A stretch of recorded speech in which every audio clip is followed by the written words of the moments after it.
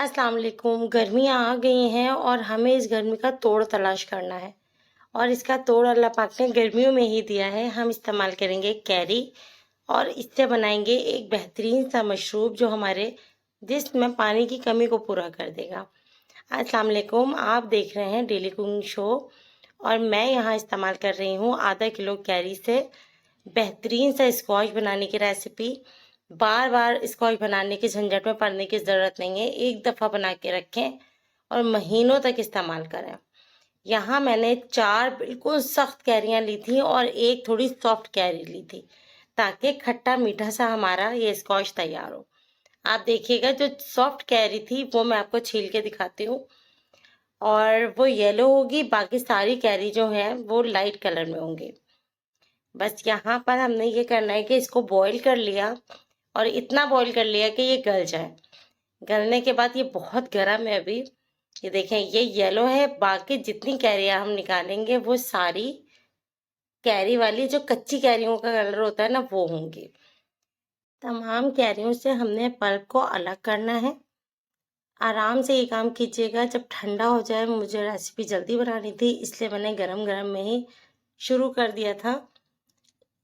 इस तरह से हमने सारा पल्प जो है छिलके से अलग करना है और गुठलियाँ जो है इसको हम हाथ से अलग करेंगे जब ये ठंडा हो जाएगा। ये देखें, इसमें कुछ भी नहीं बाकी बचेगा। इस तरह से सारा पल्प हम निकाल लेंगे। मजीद जो कैरी है तो सॉफ्ट कैरी थी जो थोड़ी मीठी मीठी सी होगी, लेकिन बाकी ये देखें सारी कैरी सख्त है। इसी तरीके से लीजिएगा, आप देखिएगा इसका जायका कितना अलग हो जाएगा और कितने मज़े का ये स्क्वॉश तैयार होगा।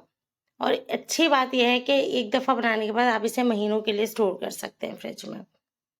ये करने के बाद हमने गुठलियाँ जो थी वो हाथ की मदद से जो है ना साफ की थी, इस तरीके से। आप भी इसी तरीके से करिएगा, इस तरह से बिल्कुल साफ सुथरी हो जाएंगी, कोई पल्प इसके अंदर नहीं बचेगा। बस अब हम इसे हटा देंगे और ये पल्प यूज़ करेंगे। चाहे तो ग्राइंड कर लें या चाहे तो ऐसे इस्तेमाल कर लें, क्योंकि लास्ट में हमने ये स्क्वॉश छानना है।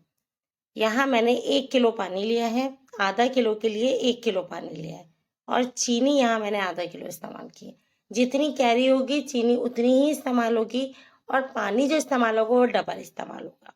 बस इस चीज़ का ध्यान रखिएगा, कोई 1 तार 2 तार की ज़रूरत नहीं है। टाइमिंग मैं आपको बताऊंगी कि कितने टाइम में आपको पकाना है। आपका परफेक्ट स्क्वॉश तैयार होगा, बिल्कुल गाढ़ा नहीं होगा ठंडा होने के बाद। चले, चीनी जब हमारी मेल्ट हो गई तो मैंने 2 टेबलस्पून इसमें मिल्क ऐड कर दिया। मिल्क ऐड करने से एक फ़ायदा ये होता है कि जितनी भी गंदगी होती है ना चीनी की वो ऊपर आ जाती है। ये करना बड़ा ज़रूरी है। इसको थोड़ा सा पकाने के बाद आप देख लीजिएगा सारे झाग झाग से ऊपर आने शुरू हो जाएंगे, वो हमने रिमूव करना है। ये देखें, ये आना शुरू हो गए। इस तरह से ये आते ही रहेंगे थोड़े थोड़े वक्त पे से, आपने इसे रिमूव करना है।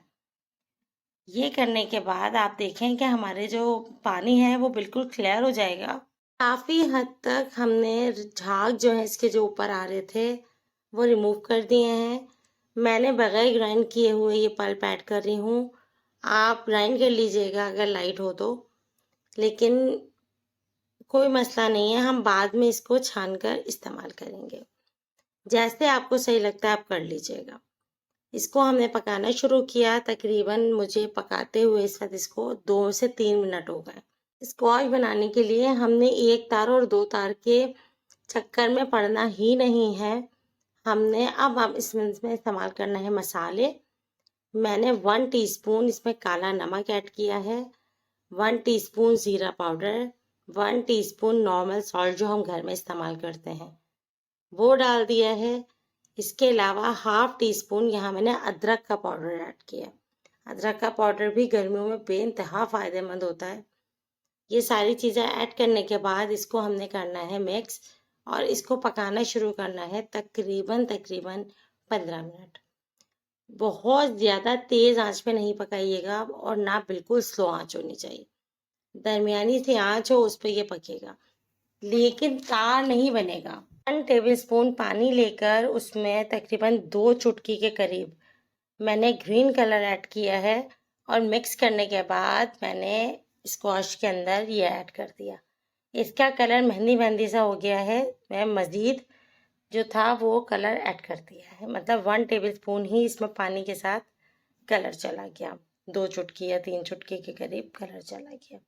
अब आप देखें इसका कलर कितना ज़बरदस्त हो गया है।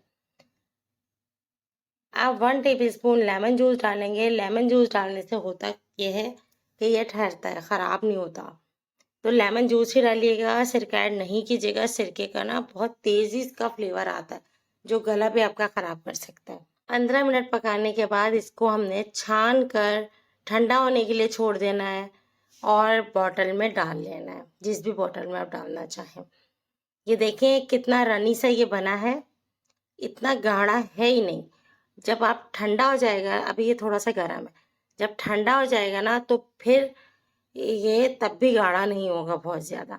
इस वक्त बिल्कुल ठंडा हो चुका है हमारा स्कॉश और आप देखिएगा कि ये कितना रनी है। इतना ही रखना है, स्कॉश ज़्यादा गाढ़ा नहीं रखते क्योंकि फिर वो जो है ना इसको चलाते रहो, मिक्स करते रहो तो फिर वो इतना अच्छा नहीं बनता। आप ये देखें कितना ज़बरदस्त ये स्क्वॉश हमारा बनके तैयार हुआ है। रेसिपी पसंद आ जाए तो लाइक ज़रूर कीजिएगा, चैनल पर न्यू हो तो सब्सक्राइब कर लीजिएगा, बेल का बटन प्रेस कीजिएगा ताकि आने वाली तमाम ही रेसिपीज़ आप तक पहुँचे। बहुत ज़बरदस्त रेसिपी बनके तैयार हुई है।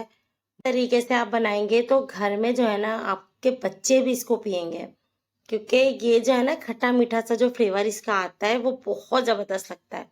अपना ख्याल रखिएगा, इंशाल्लाह नेक्स्ट रेसिपी मिलेंगे। अल्लाह हाफ़िज़।